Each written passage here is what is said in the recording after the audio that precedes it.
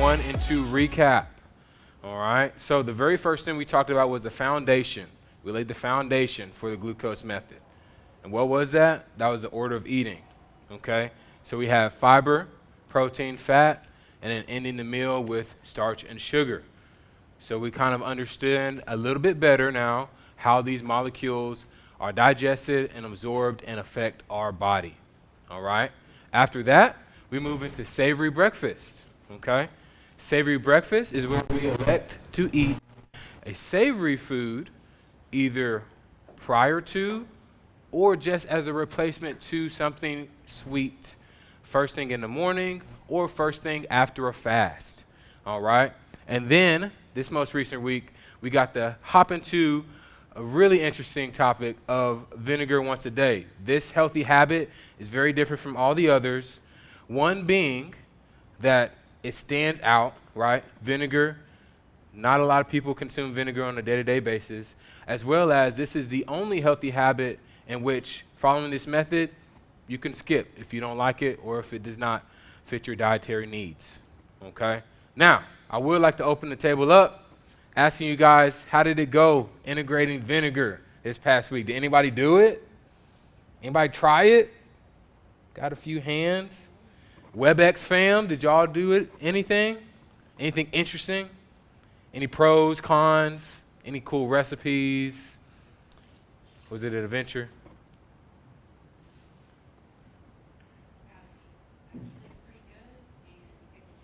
Pickle juice, okay. Pickles. You can get your vinegar through pickling things. Cucumbers, radishes, beets, okay. Some people like pickled carrots. I haven't gotten that far yet, but to each their own, okay. So glad you guys enjoyed that.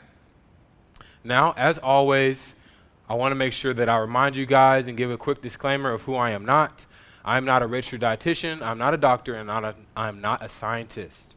Okay, the reason I give the disclaimer is because I want to stay in my scope of practice, protecting myself and you all as well.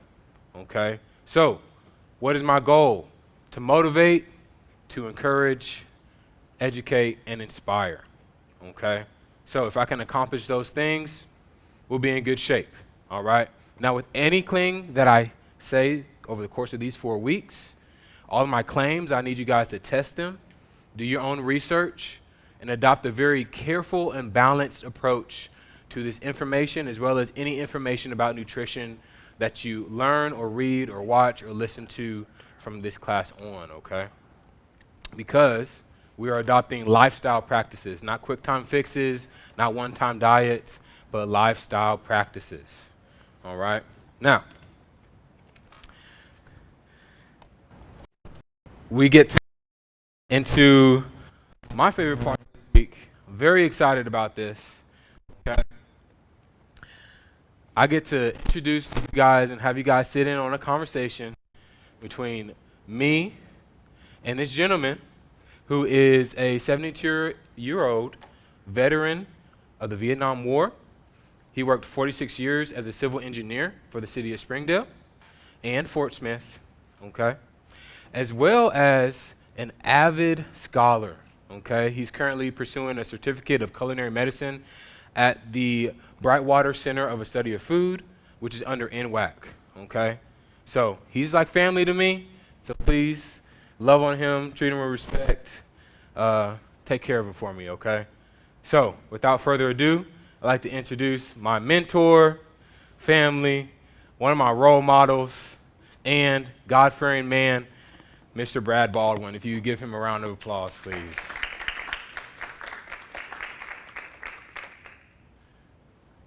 All right.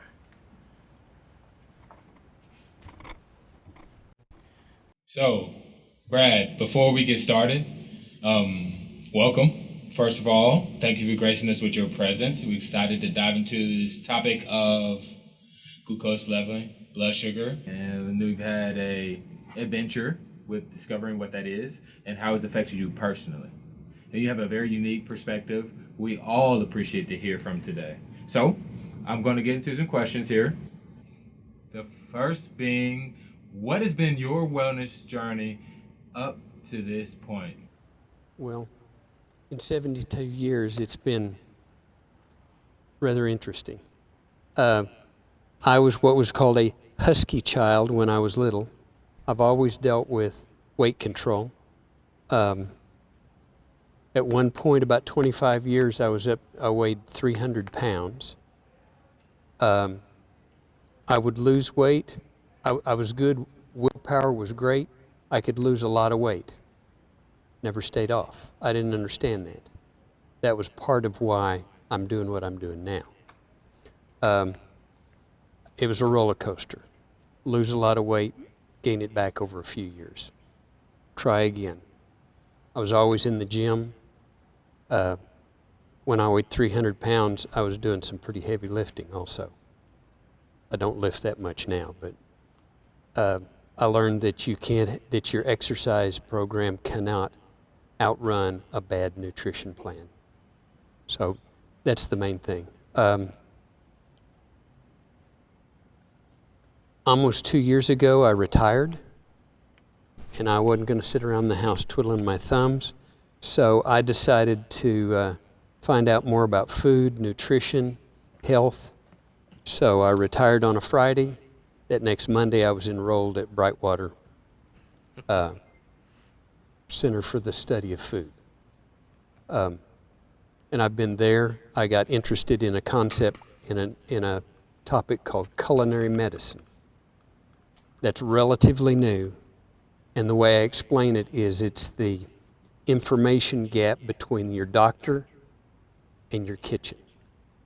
How do you get from what your doctor's trying to tell you to do for your health and actually do it for yourself and your family? I found out that on average, doctors don't get nutrition training, which just blew my mind. The last statistics I saw said 75% of med schools do not teach nutrition. And of the remaining 25, most of them are elective. That's the way it is at UAMS. We have 16 students a year who can opt into a program, a cooperative program between UAMS and Brightwater. And so that's what I've been doing the last 2 years, is working in that program to teach medical students how to get from nutrition to your kitchen. That's good. And you just had a recent experience in that realm of what is the experience in the hospital setting and transitioning back into the home. Yeah. Would you like to expand on that a little bit? Yeah, I had major abdominal surgery 2.5 weeks ago. And so I'm going through that recovery process. But in the process, we discovered at the hospital, being in good metabolic shape helps you withstand surgery better. And 2 days after surgery, I was doing laps in the ICU. So recovery is better.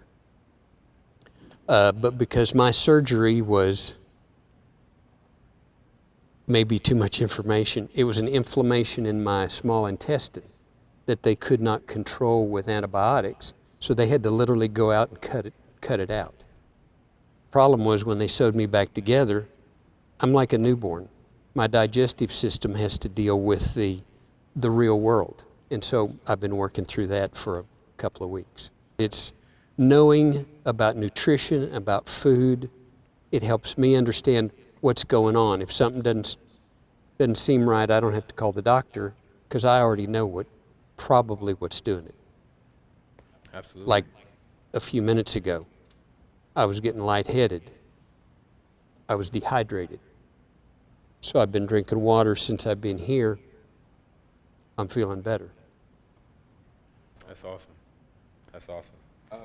Now, in your wellness journey, you encountered, and we talked about this, several barriers or obstacles that you've had to overcome. Yeah.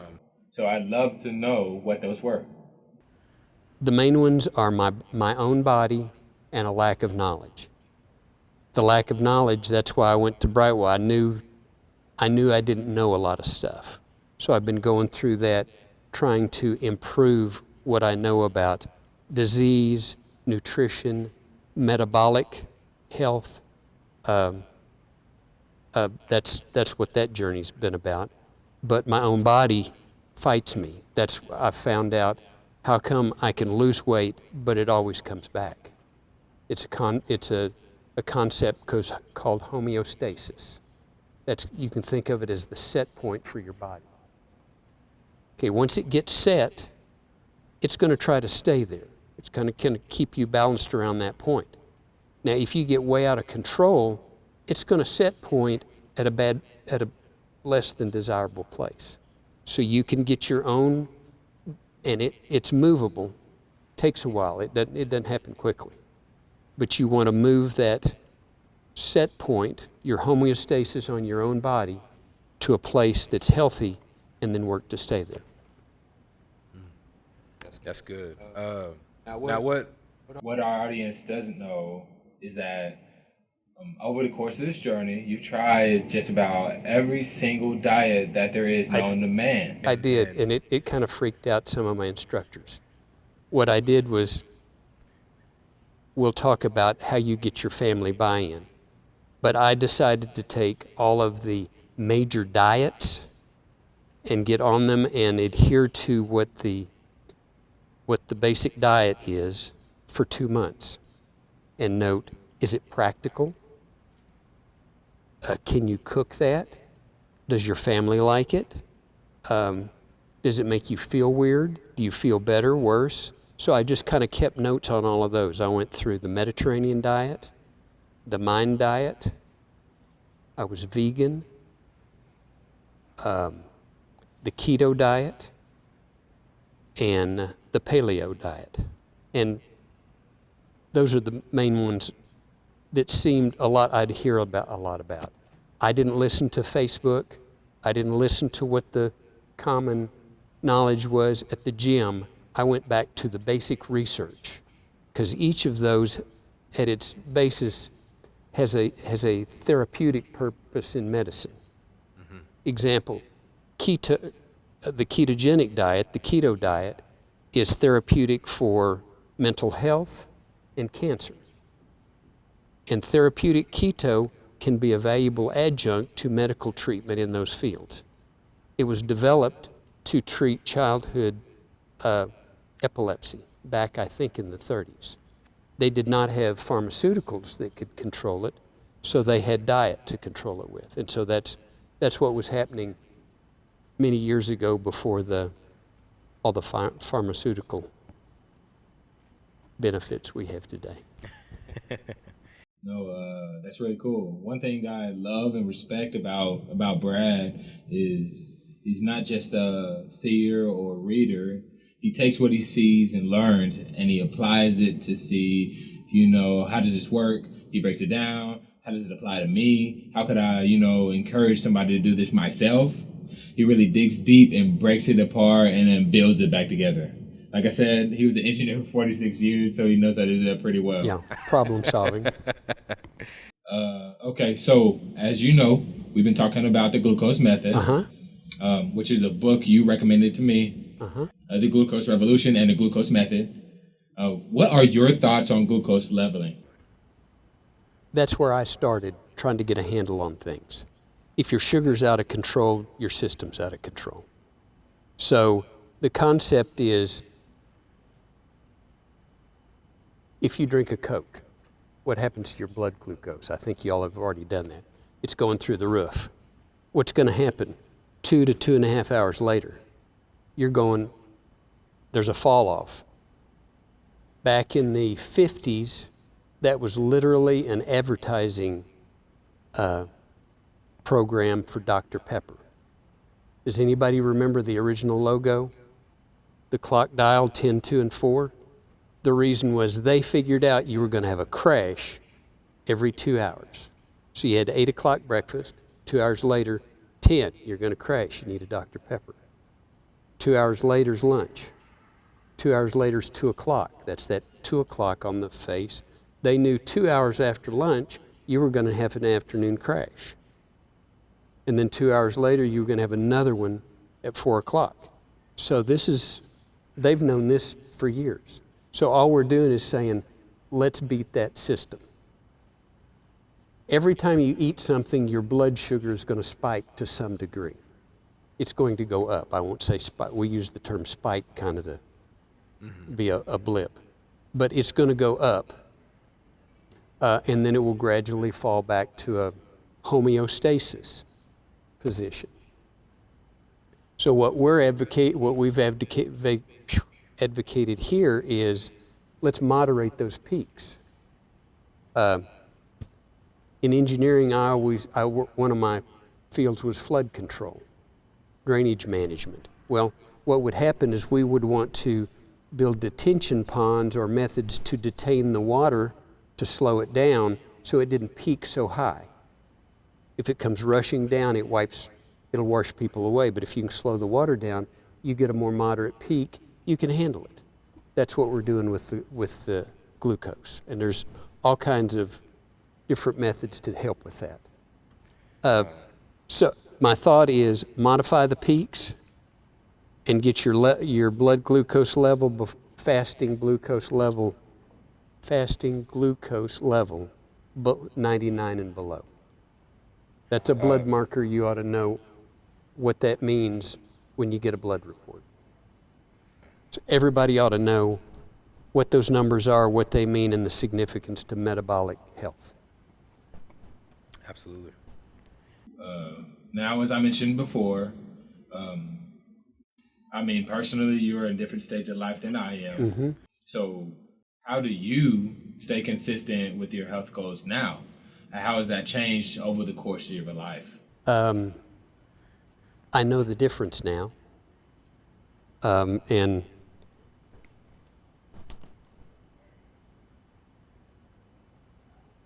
start by talking to your family. And you said different stages.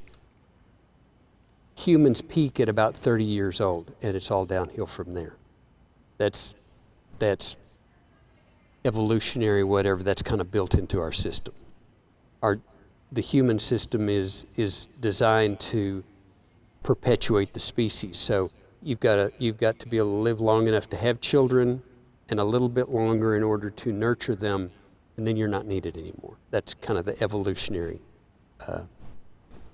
position. So start early. We're starting. I've got an 8-year-old great-granddaughter, and we've started with her. You've got to have a talk with the family and set some health goals. When I started this, I'm a little bit of a geek, and so my wife knew, get ready. So I would come home and talk about either a book that I'd read or something we had in school, and I'd explain to her what's the health significance of that. And she explained to me, says, I've run the kitchen for 51 years. I'm not giving it up. So we had to figure out how we're going to get along. So I explained my purpose was not to be mean or my personal tastes. It was to have good health for both of us and the rest of our extended family. So she bought into that and said, let's go slow and we'll share kitchen responsibilities. So we would both get into more making shopping lists or preparing a meal that was shifting the meal planning toward vegetables and less red meat, some of those kind of things. So that's what we did. It's been a 2-year negotiation. Absolutely. That's really good. And I always encourage my classes, we have to have those taken seriously conversations with our family, because you're not the only mouth under your household or under your roof that you're providing for, to shop for, to have to cook for. If everybody's on the same page, it's a lot easier and a lot less barriers to have to go through or go around or climb over to try to get to that place that we're trying to get to. And it's gradual.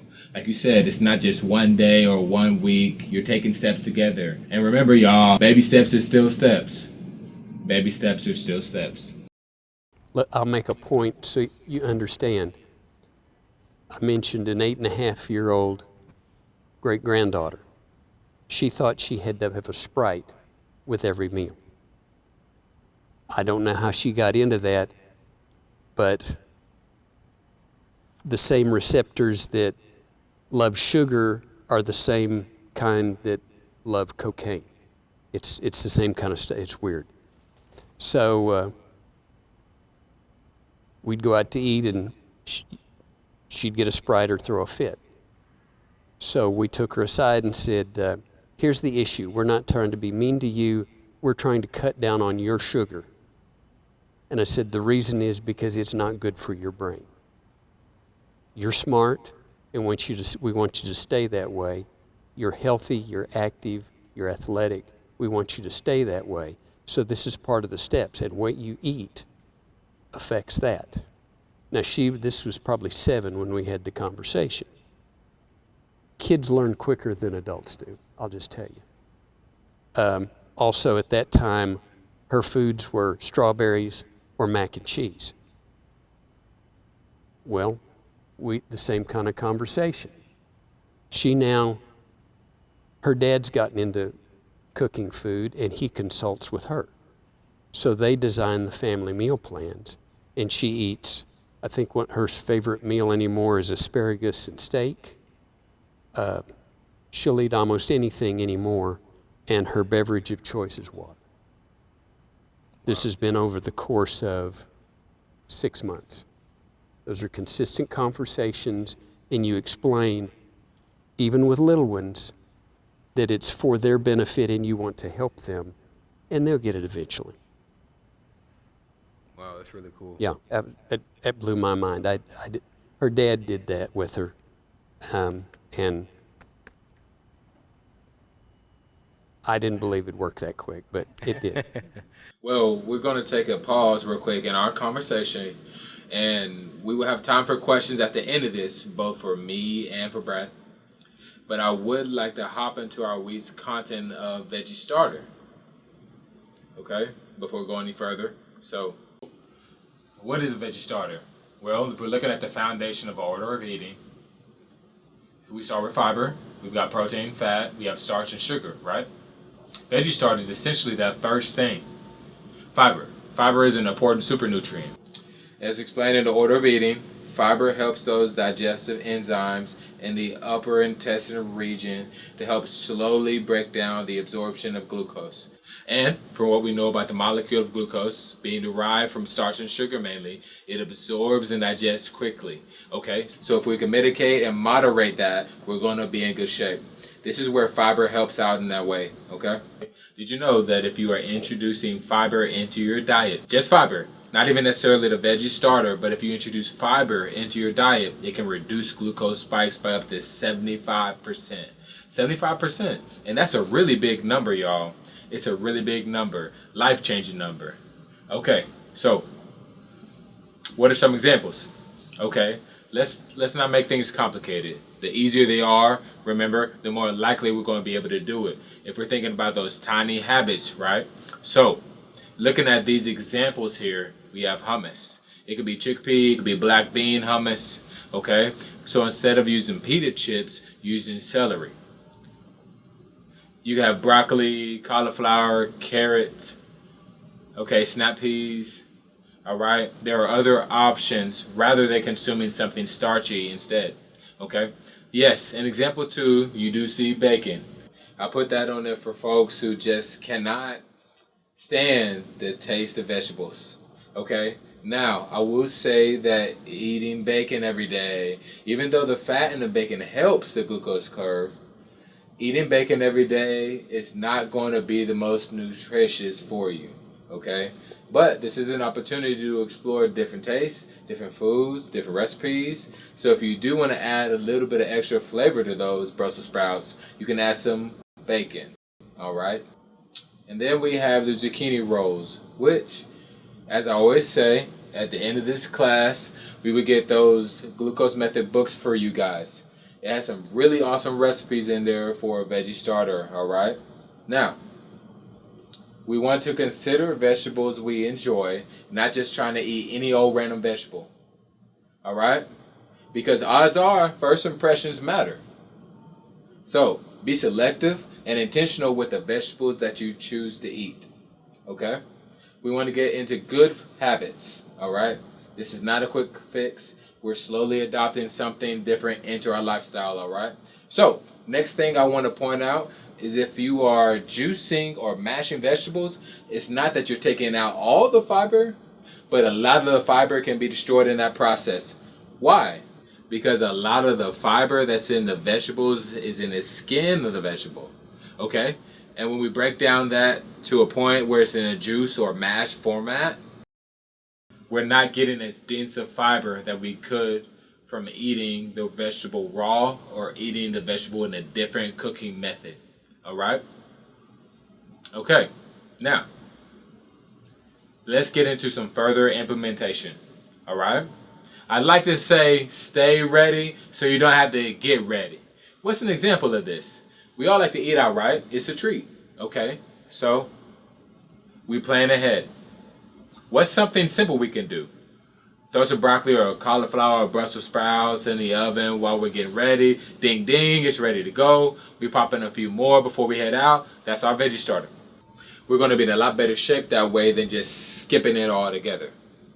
Or we could be even a little bit more intentional and look at, well, what is the restaurant we're going to? Do they have an option to have a salad prior to our meal? Okay, that would be a great way to have a veggie starter.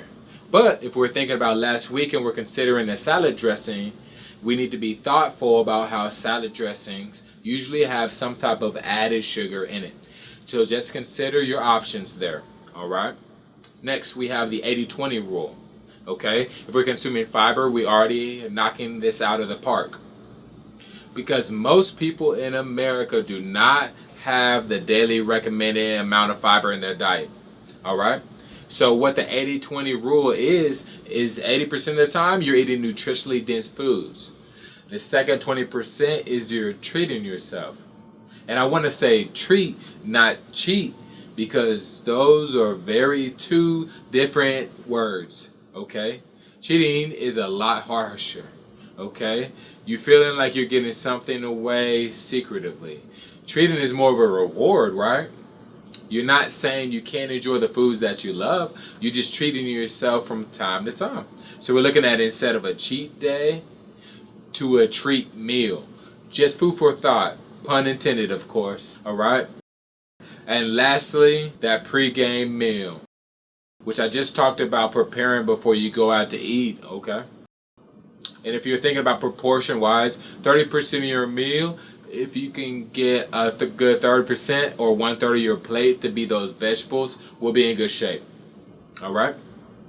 Okay. Here are some examples. Using that continuous glucose monitor that Miss Jessie often uses, we see some examples of how eating a veggie starter affects our body. Okay, so specifically those glucose levels, right? So we see the pasta and the broccoli, and we see the salad and lasagna. And as Brad mentioned earlier, if we can moderate those glucose levels, okay, our body is going to love us for it. We got to keep that internal plumbing humming, y'all. All right? Okay. And before we get into the questions, as we do every week, please, please, please don't just keep this information to yourself. Share it with your loved ones. Have those sit-down conversations, okay? And take one, if not all, hopefully at this point, we're doing a compound effect, okay? One habit at a time, continuing to add to our method, okay? Order of eating, savory breakfast, vinegar once a day, and now veggie starter, okay? Take one, if not all of these, try it out, fill out your 7-day reflection card, bring it next week, okay? Now, back to our main broadcast. All right.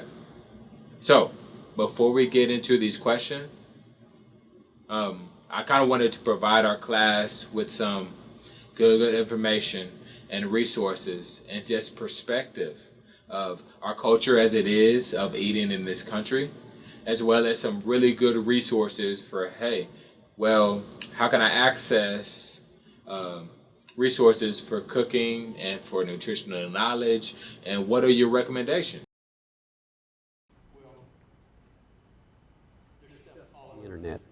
It's pretty easy to dial it up. I tend to make long descriptions because it helps sort through them. I'm following pretty much a Mediterranean style eating plan. Now that doesn't mean I eat Greek or Italian. That means the proportions and types of food have a generic name, Mediterranean eating plan.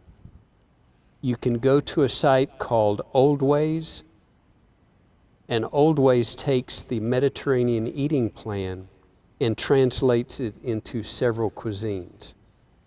I think it's, just Google Old Ways and it'll pop up.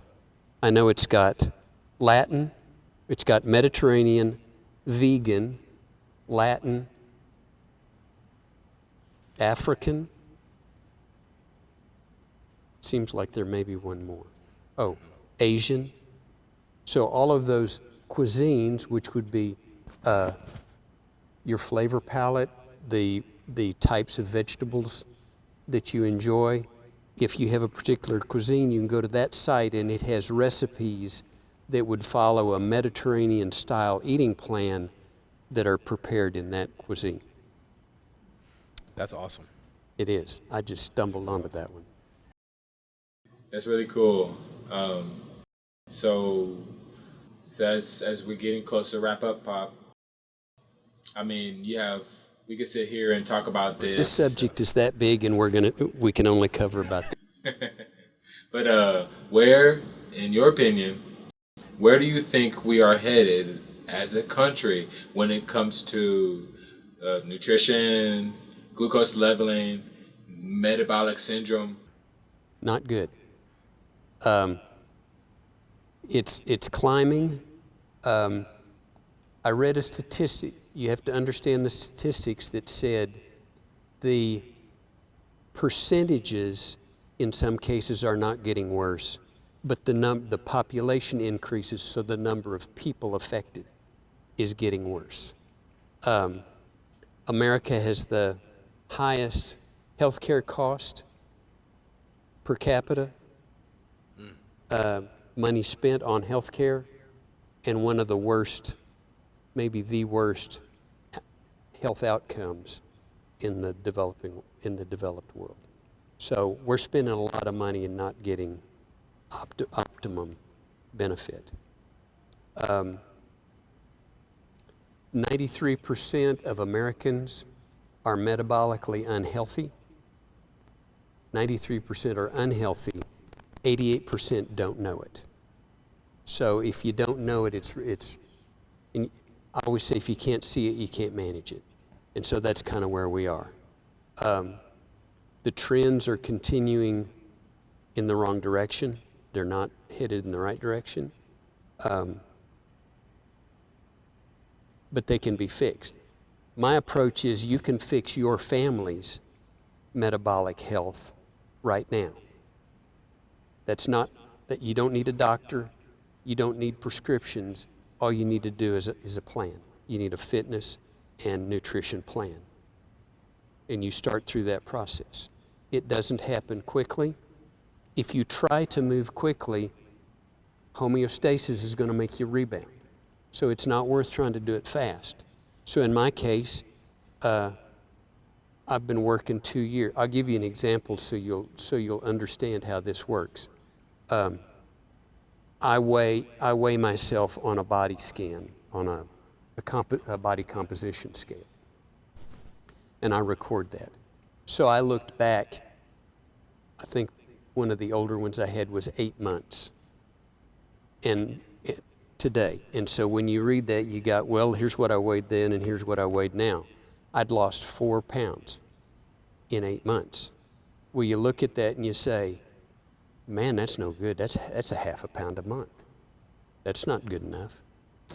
But when I analyzed the body composition, I had lost 22 pounds of fat and gained 18 pounds of muscle.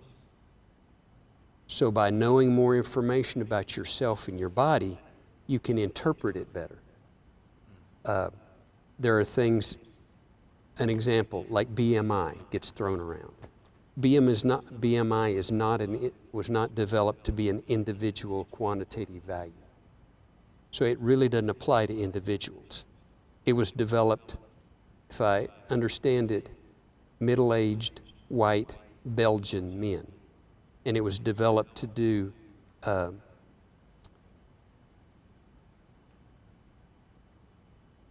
epidemiological studies. So it would help classify segments of a population is what they used it for. So that's come back, and now we seem to, oh, your number's not right, we got to get this fixed. Everybody's not necessarily going to have the same BMI. So there are those things. You need to find out what is appropriate for you. So I use body composition measurements as what I'm going by. Okay, that's good. So you need to be your own and your family's best health advocate. And to do that, you need to be more knowledgeable. You need to ask lots of questions. Absolutely. You need a regular wellness checkup. So now, I do want to encourage you all that 22 pounds of fat loss and 18 pounds of muscle gain. When was that? That was 8 months beginning, I think, last August. Okay. So for all y'all thinking that you can't do it, I'm an old guy. That was the result of a challenge from my grandson. He told me, "You're old, you can't." Everybody knows that old men can't gain muscle in the gym. So I set out to prove him wrong. The problem is, after the surgery, a lot of that did this. So starting in June, when they give me clearance, it's back in the gym, start all over. Get to a healthy place and stay there. Already. That's so awesome. all right, y'all. We're going to open the floor up for questions both in person, and we have our moderator to help with the WebEx folks. All right. So, any questions for either Brad or myself? Question? Yes. What about bananas in the morning? First thing for fiber. Now, if we are looking at food and what those foods provide for our body, right? Breaking it down. So what is in a banana? We have a little bit of starch, a little bit of sugar, and we have fiber. Now, because it has those first two elements in it, the starch and the sugar, we have to look at it in the order of eating as being after we eat something savory that has the fiber, protein, and the fat in it. I eat breakfast salads. Not everybody does. So I'll have a salad. My morning breakfast is a salad, and then either a scrambled egg with some fruit, usually berries. Berries go with the MIND diet, or oatmeal. So that fits with that. One of those fruits could be a banana. Banana has soluble protein, which helps feed your gut. Question was, what is the MIND diet? Okay, the MIND diet was developed by, I think it was Rush University Medical School and Harvard Medical School. They wanted to find what nutritional changes could be made to a Mediterranean diet to help with mild cognitive decline and Alzheimer's. So that one is an adjustment. Basically, it's a Mediterranean diet, but things like they would recommend maybe instead of a banana or instead of oranges, they recommend berries because of the antioxidant content, those kind of things. So the MIND diet is an adaptation of the Mediterranean diet for mental health. And there's another one that you may hear, the DASH diet.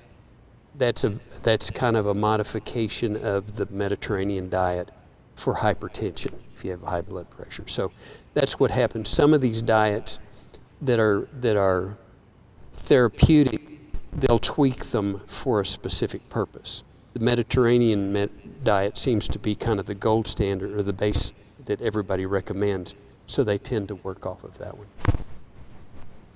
Okay. Excellent. Any other questions? Yes, ma'am. So the question was, this lady likes to use creamer and a little bit of sugar in her coffee and wants to know, in order to avoid those things, when she is consuming her coffee in the mornings, are there any substitutes or modification that she can make to her coffee creamer? I would say if you're just drinking coffee in the morning, and might want to look at still trying to find something savory to snack on right before you consume your coffee. That's going to be probably your best bet if you're going to have a creamer in your coffee no matter what, because at the end of the day, you would have started to feed your gut you would have started to feed your gut initially with fiber and the fat, either from beans or a sort of nuts or eggs, prior to consuming that sweet coffee creamer with your coffee, because I would still fall in the starch and sugar section of our order of eating if we're following the method. So if you're not drinking coffee black, then we need to put it in the order of eating, if that makes sense. Okay, cool. There is a product, it's called Nut Pods, that's a combination of coconut milk and almond milk. That's what I use in my coffee. We liked half and half, and so I've found that does a pretty good job replacing that. And for the sugar, I use pure stevia. When you buy stevia in the grocery store, you're really getting erythritol for most of it. I buy 100% stevia from Amazon. Now that stuff is really sweet. It comes with a measuring spoon that is maybe as big as the end of that eraser. And it may hit you as expensive, but the bag has 4,000 servings. So that's what I use. I use stevia and nut pods in my coffee. Question was, starting with fiber and then going to your protein and fat down the list level, our glucose. Now, if you're eating a meal that consists of all these things, if you can prioritize fiber, protein, and fat prior to eating it. So let's say you're eating a casserole or lasagna or chili or pasta. It has all these ingredients mixed in.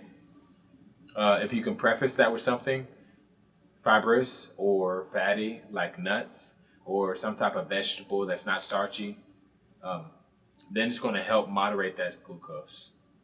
Now, there is a part of this method by phrase called clothing your carbs. Okay? So carbohydrates being starch or sugar.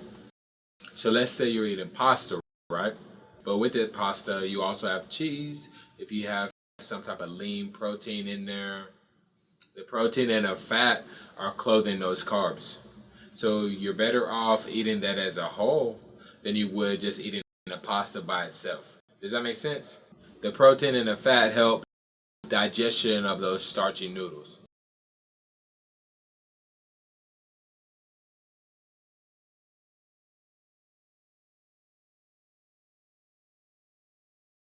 Yeah, absolutely. And I'm not saying you can't eat what you love, right? I don't want to take any of that from anybody. But if you can be intentional about eating fiber first prior to that pasta, like I said, you have lots of different options that you can eat. That's, a fiber is a vegetable that's going to help with that. Glucose spike is going to help your body digest that pasta a lot better. So the question is, what about oat milk versus coconut milk? Okay? When you look at oat milk, what is it derived from? It's derived from oatmeal, right? So those oats, and if you look at oats as being starchy, because they are, that glycemic index is going to be very high in that milk, okay? So if you're drinking oat milk, we got to be conscious about that starch increasing our glucose in our body. Coconut milk is going to have a much lower glycemic index than that oat milk would. So to answer your question, if you had to choose unsweetened coconut milk. Yes, ma'am. So with almond milk, it falls into a similar category because it is a nut milk, okay? But in the processing of that milk, you need to be careful and make sure you read those nutrition facts. What is in that milk, right? So always be aware of the sugar content in milk. And the fat content, because And that the can fat help content. moderate as well. Coconut has, I think it's about 4% fat content, where the others don't have that much fat in them. So It's also good to know. Thank you. So a study was done seeing the response of glucose to cow's milk versus, I think it was oat milk and cow's milk. Glycemic index was a lot lower because of fat content in that milk. And you want to be aware of, because everybody's body responds to milk differently, right? Because of the protein casing in that milk. So I would say if you're drinking just milk, because it's going to have that natural sugar in it, I would try to consume it at the bottom of that's right, at the bottom following the order of eating, right? So it'll be a nice little drink to eat after your savory breakfast. Right. Well, preview for next week. We have moving, okay? This is a little video of me running my little baby around, but moving. Moving, okay? And how moving ties everything that we've talked about together, all right? So, looking forward to having you all next week. Have a wonderful, wonderful rest of your week. Thank you for attending today's lecture. Peace out.